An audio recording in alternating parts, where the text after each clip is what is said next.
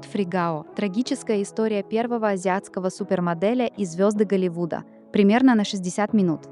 Дорогие друзья, сегодня мы поговорим об одном из самых ярких и трагически ушедших талантов азиатского шоу-бизнеса. Это история человека, который прорвался сквозь культурные барьеры, стал пионером для целого поколения азиатских моделей и актеров и завоевал сердца миллионов по всему миру. Его звали Годфри Гао, или, как его знают в Китае, Гао Исан. Он родился 22 сентября 1984 года в Тайбэе, на Тайване. Его жизнь – это классический пример транснационального успеха, от канадских баскетбольных площадок до подиумов Луи Виттон и голливудских съемочных площадок. К сожалению, она оборвалась слишком рано, в возрасте всего 35 лет. В этом видео мы подробно разберем весь его путь, от детства до вершин славы и трагической гибели. Приготовьтесь, будет интересно, трогательно и поучительно. Если вы любите истории о прорывах, красоте, таланте и цене славы, оставайтесь с нами до конца. Ранние годы и переезд в Канаду. Годфри Гао, настоящее имя Цао Джи-сан, появился на свет в семье с богатой и интересной историей.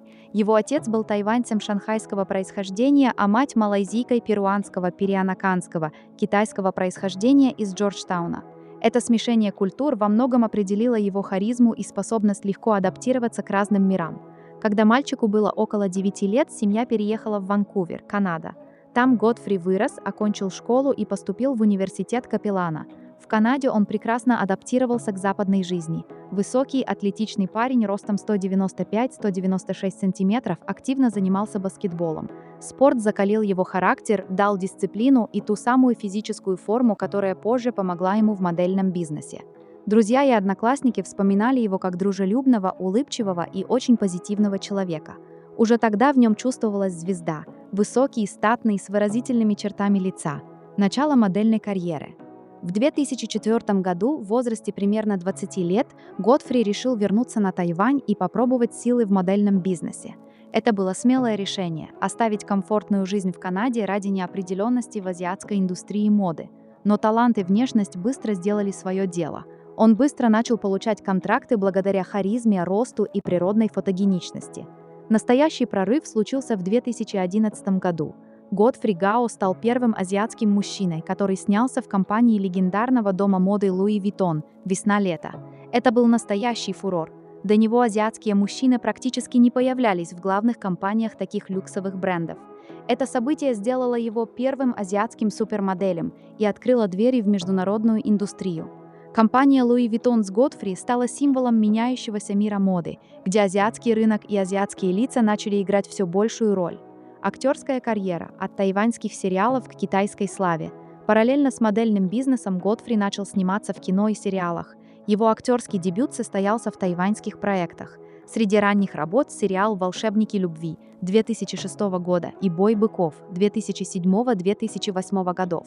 Настоящая всенародная любовь в Китае пришла к нему после главной роли Ван Ли Чуаня в романтической драме «Воспоминания о Ли Чуане», оригинальное название «Remembering Ли Чуан», 2016 год.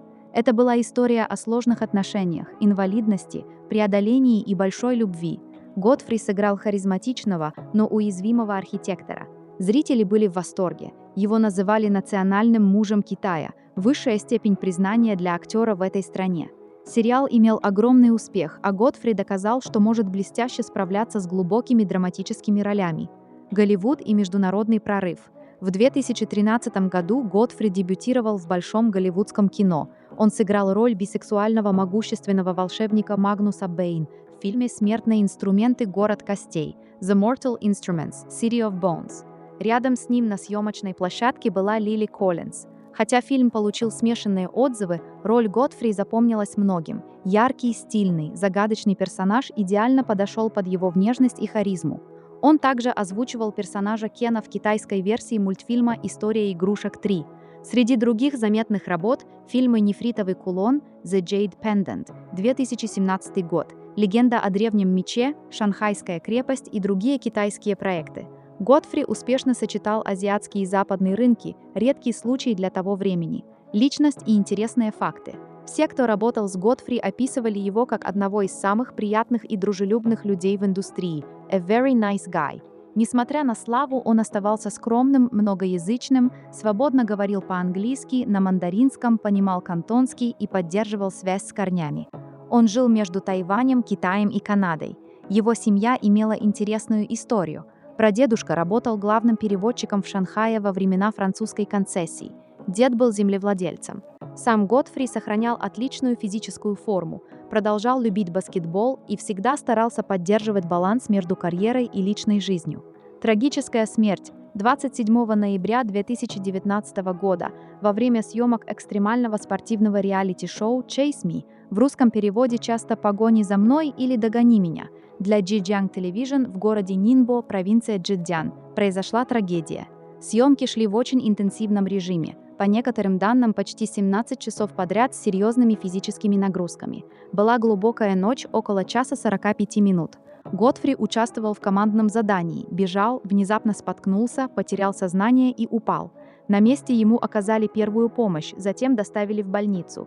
Врачи боролись за его жизнь около 2-3 часов, но констатировали внезапную сердечную смерть, cardiac arrest. Ему было всего 35 лет.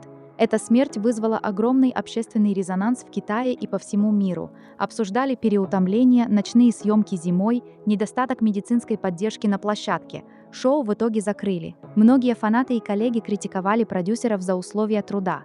Официальной причиной назвали сердечный приступ, возможно, спровоцированный врожденным пороком сердца, который проявился на фоне колоссальной нагрузки. Тело Готфри было репатрировано на Тайвань. Его похоронили на кладбище Чинпао-сан в Новом Тайбэе. Смерть глубоко опечалила миллионы поклонников. Позже, в 2023 году, умер его отец. Наследие Готфри Гао оставил яркий след как пионер азиатского присутствия в мировой моде и кино. Он показал, что азиатские актеры и модели могут успешно конкурировать на глобальном уровне. Его карьера, хоть и короткая, была невероятно вдохновляющей. Он разрушал стереотипы, открывал двери для следующих поколений и всегда оставался очень хорошим парнем в глазах коллег. Сегодня, вспоминая Готфри, мы говорим не только о таланте и красоте, но и о важности заботы о здоровье, балансе в жизни и человечности в жесткой индустрии развлечений. Друзья, если вам понравилось это видео, ставьте лайк, пишите в комментариях, какие еще истории звезд вы хотите услышать. Подписывайтесь, чтобы не пропустить новые выпуски. Давайте помнить о таких ярких, но ушедших слишком рано талантах. Готфри Гао навсегда останется в наших сердцах. Мир его праху. Спасибо, что были со мной. До новых встреч!